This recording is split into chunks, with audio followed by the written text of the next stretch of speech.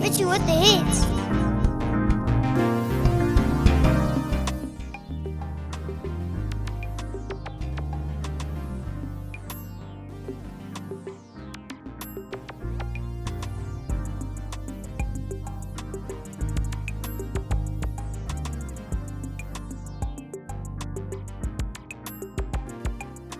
It's the Honest Man, and I'm here with your Sunday rundown. I'm going to jump right into it. We got a bunch of topics that we're going to hit on today, but remember, hit my line. So, first off, we're going to talk about golf. Scottie Scheffler, he won the Open Championship today, also known as the British Open. He won it in convincing fashion. He was at 17 under par. And he's really starting to pick up some momentum over these last couple of years. And people are really starting to ask the question, is he on the level of Tiger Woods? Is this run that he's on comparable to runs that Tiger Woods had in the past?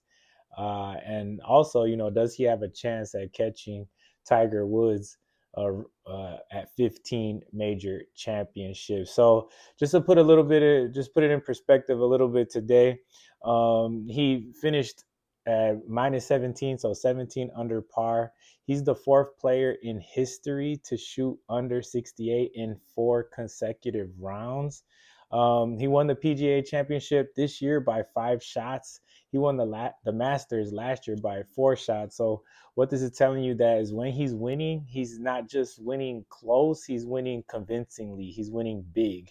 So a couple more things to help put this into perspective is he became the third golfer to win multiple majors by 4 strokes or more, joining Ben Hogan and Tiger Woods, which I think is causing people to wonder, can he go on a run like Woods? Is this a run like Tiger Woods?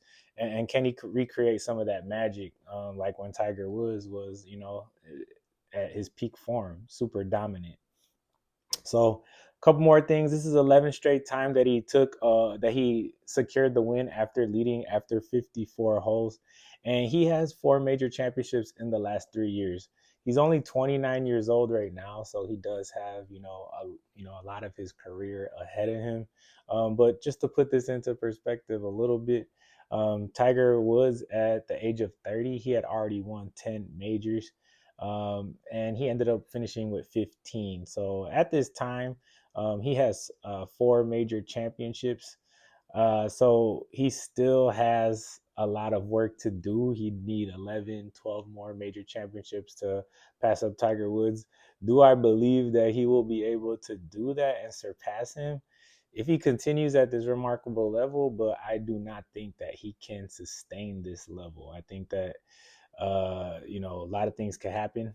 He's been lucky; he hasn't had any injuries, so I would say no. But it is something to watch. I think that right now everybody's looking up to him.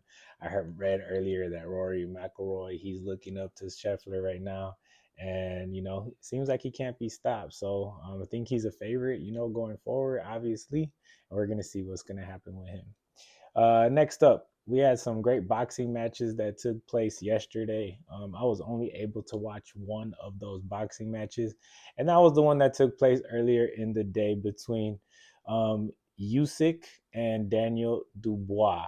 So this was the second fight for them. In the first fight, there was a controversial low blow that was done by Daniel Dubois, which you know raised some questions about was it a low blow, was it not? It was on the belt line. You can ask 10 people, 5 will say that it's below the belt, 5 will say it wasn't below the belt. So going into this fight, after Dubois had knocked out Anthony Joshua, it's like you kind of thinking like, hey, he has a shot at this. He could possibly win. But Usyk completely dominated this fight from start to finish. He ended up KOing Dubois in the 5th round. He outlanded him 56 to 35. He doubled his connect rate at 19% to 37. And then on power punches, he outlanded him 36 to 24. So it was, a one-sided fight. I think that, people were saying that Daniel Dubois was coming with revenge on his mind, but I think Usyk used that as a way to look at it as, hey, I need to come in and dominate this and prove to everybody that that was indeed a low blow and I was not going to get KO'd in the first fight off of a body shot. So this puts Usyk in, a very special group of boxers. Once again, he's undisputed at heavyweight. He's a fantastic fighter. I'm not sure what's really next for him. There's a couple people that they're talking about that he could fight. But at the end of the day, I mean, it looks like, there's nothing really left for him to prove. He could fight Tyson Fury again. I know there's some more British boxers out there that, want to go against Usyk for that chance to become undisputed. But at this time, it's looking like he's just that dude, and can't nobody mess with him. He's Ukrainian, he's tough, he's a gold medalist, he's doing fantastic. Second fight that happened was between Manny Pacquiao and Mario Barrios. This one I did not get to see, but I did read that there was a controversy in the decision of the fight. It ended up being a majority draw.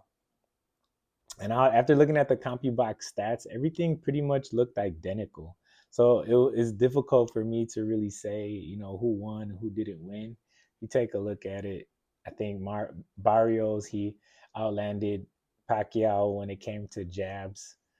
Pacquiao had a couple more power punches landed than him, but overall, very close fight. I'm gonna have to watch that one, and then I could really give you, an opinion on it. But at this time, the CompuBox stats say that it was close. Last one was the Towering Inferno. Sebastian Fundora, he dominated Zoo in their rematch fight. The first match, Zoo suffered a huge gash, cut down his head, pouring blood. And then after that, Zoo, hasn't looked the same. He's lost 3 times in his last 4 fights. And this one ended up being a complete domination by Fundora. Did a great job in the fight. Uh, After 7 rounds, it ended. Zoo threw in his corner, ended it. And Zoo connected on 41% of his power punches, completely lopsided, one-sided fight. And that's it for the boxing roundup.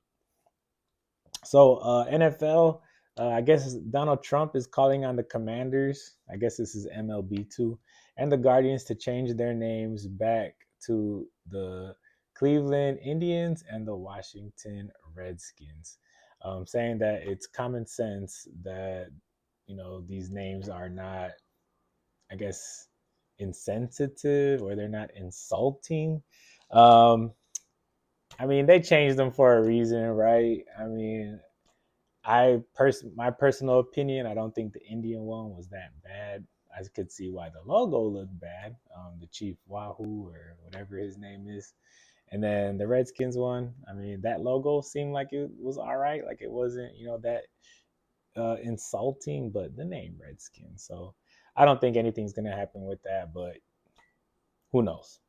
Next, we're going to head over to tennis. So with tennis, there was a couple finals that took place today and yesterday. So they had the ATP Gstaad. Alexander Bublik, he defeated Juan Manuel Sharundalo in 3 sets.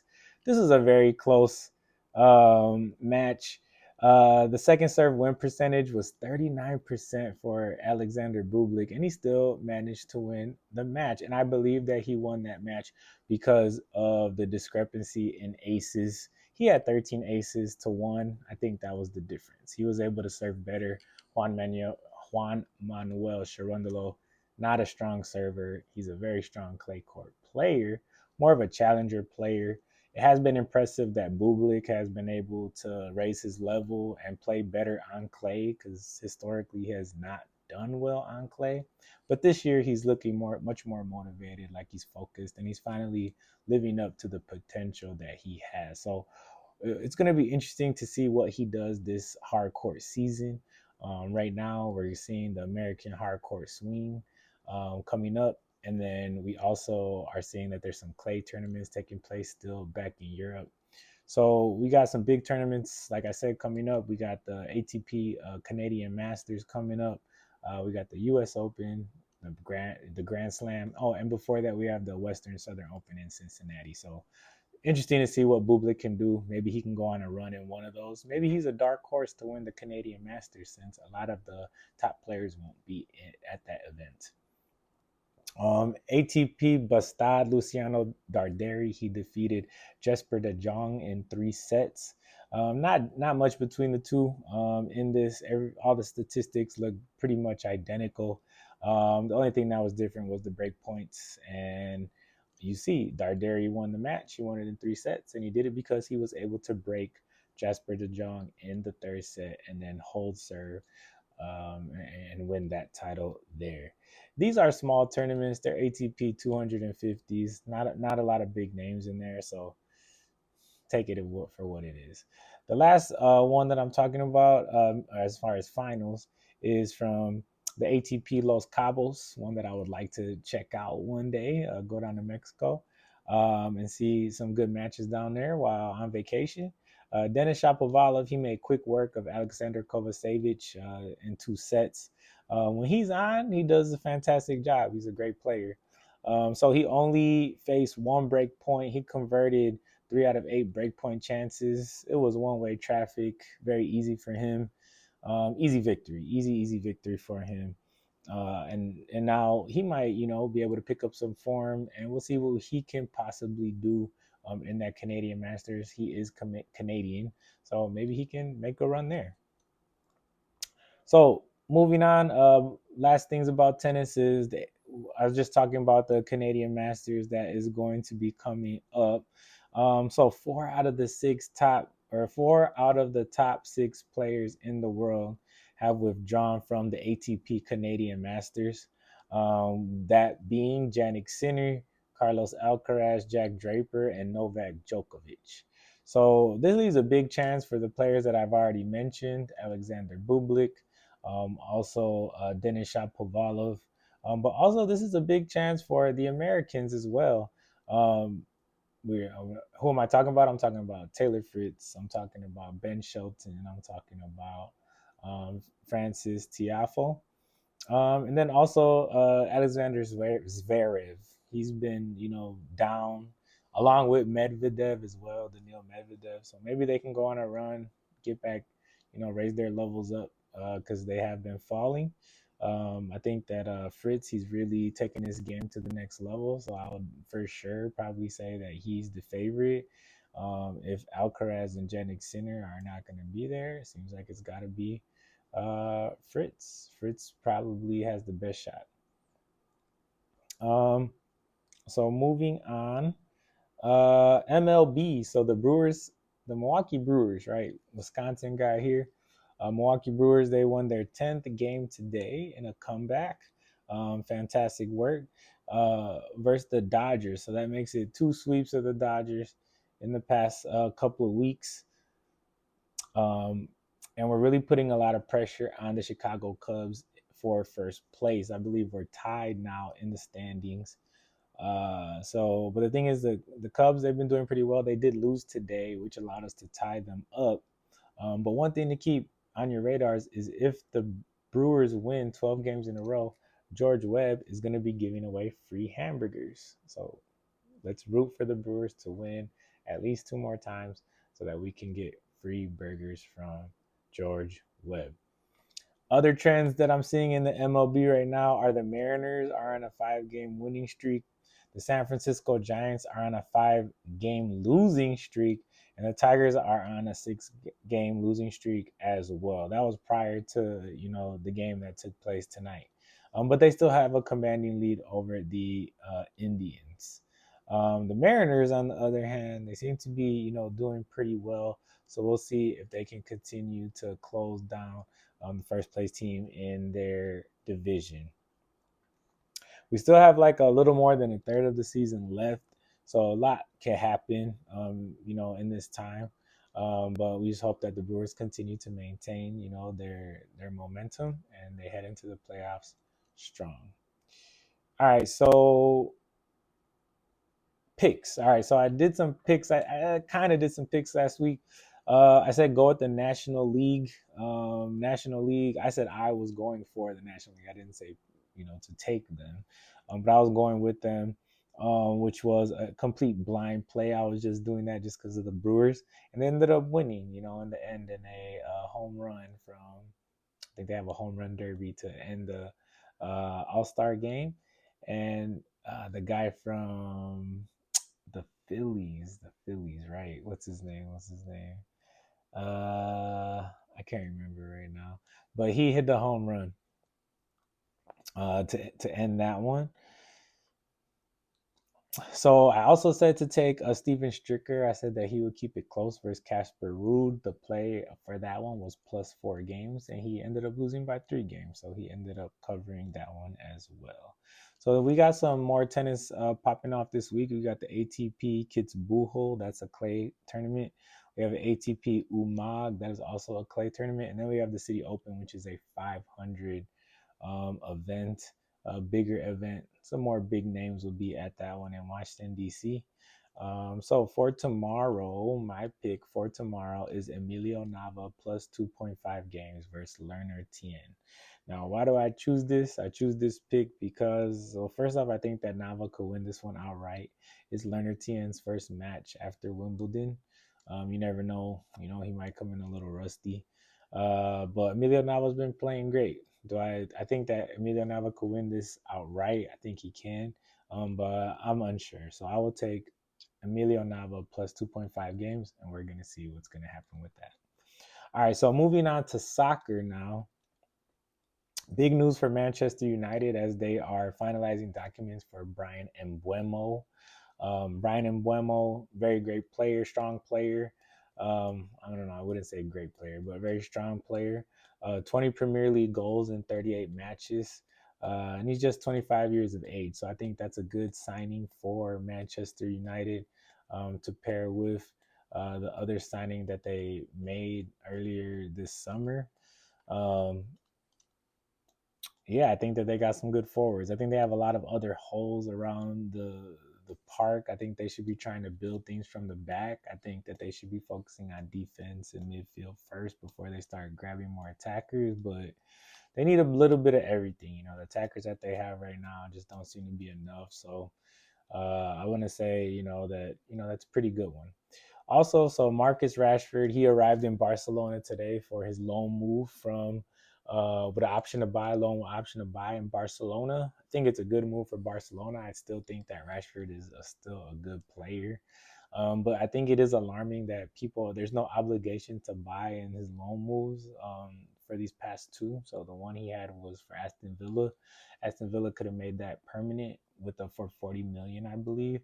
And I think that was the price that Manchester United was asking for Rashford, about 40 million, something like that. And nobody bit on that, which I think is pretty interesting.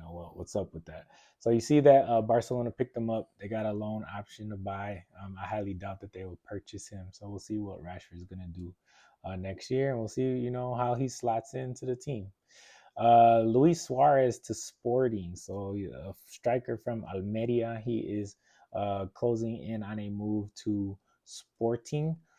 This, I believe, is the piece that Arsenal needs to get Gyokeres. So if Sporting can agree this, I think that makes the Gyokeres a lot more simple. I think that will be able to get over the line because they got a replacement lined up. So how I interpret it is they're getting a replacement. So that means that this deal should be getting done soon. Alvaro Morata, he's set to join Como after Victor Osimhen completes his move to Galatasaray for 40 million this year, 35 million next year, and 5 million in add-ons, bringing the deal to 80 million euros in total. Next, Evan Ferguson. He's out of the Premier League for this year. He's agreed to a loan move to Roma for £3 million or 3 million euros, I'm sorry, and 37 million option to buy. It's a lot. I think that's pretty expensive. I am unsure if that will happen, but we'll see how he performs in Serie A. Lastly, Liverpool, they continue to dominate headlines as they've reached an agreement with Eintracht for Etikite for 90 million euros, possibly 95 million euros with add-ons. Looks like they got one replacement coming in. I'm really interested to see what's going to happen with them over the rest of the summer. They are the defending Premier League champions. They have some forwards that want to move. So some of them are, or those guys are Federico Chiesa and Luis Diaz that seem like they're flirting. They're trying to get moves out. Chiesa looks like he wants to go to Italy, wants to return back home. And then Luis Diaz, that those bids are coming in from Bayern, but they're getting rejected. And it seems like Liverpool wants to keep him. They don't want to lose him. So that's an interesting one. And I think that's one to continue to watch over the rest of this summer. I did see also that Darwin Nunez dropped a couple goals, maybe 2, 3. I can't remember exactly. So I'm wondering if he still has a chance at sticking around with Liverpool as well. A lot of talk about their forwards right now. So they had that thing going on with Isak too. So I also read that Eddie Howe decided to leave Isak out of the team because of the speculation over the transfer that bid that Liverpool made, which makes me question whether Isak is going to continue at Newcastle or whether he's going to try to force a move out. Liverpool's already spent. They bought Gyokeres. They just got this guy Etikite, and they've purchased a couple other guys as well. So, oh yeah, Verts for sure, and then I think Frimpong. So they've already spent, I think, upwards of 240, 250 million. I'm wondering if they still have, more to spend, but they probably can if they're able to, get some sales. So it's going to be interesting. It's going to be interesting to see how all this gets, finishes at the end of this summer. So that's my update for today. We're gonna come back and I'm gonna give you a rundown, over the next couple days or something like that. But appreciate you for watching today. If you got any questions or any comments, any things you want me to answer, of course, drop them in the comments. Remember, hit my line as always. This is me. This is Honest Man at Hit My Line Sports Entertainment. We're continuing to grow. We're trying to be consistent. And we're going to keep dropping content and talk. Start inviting some friends in and stuff like that. So appreciate you for watching. Remember, hit my line. Have a great day. It's the Honest Man, and I'm out.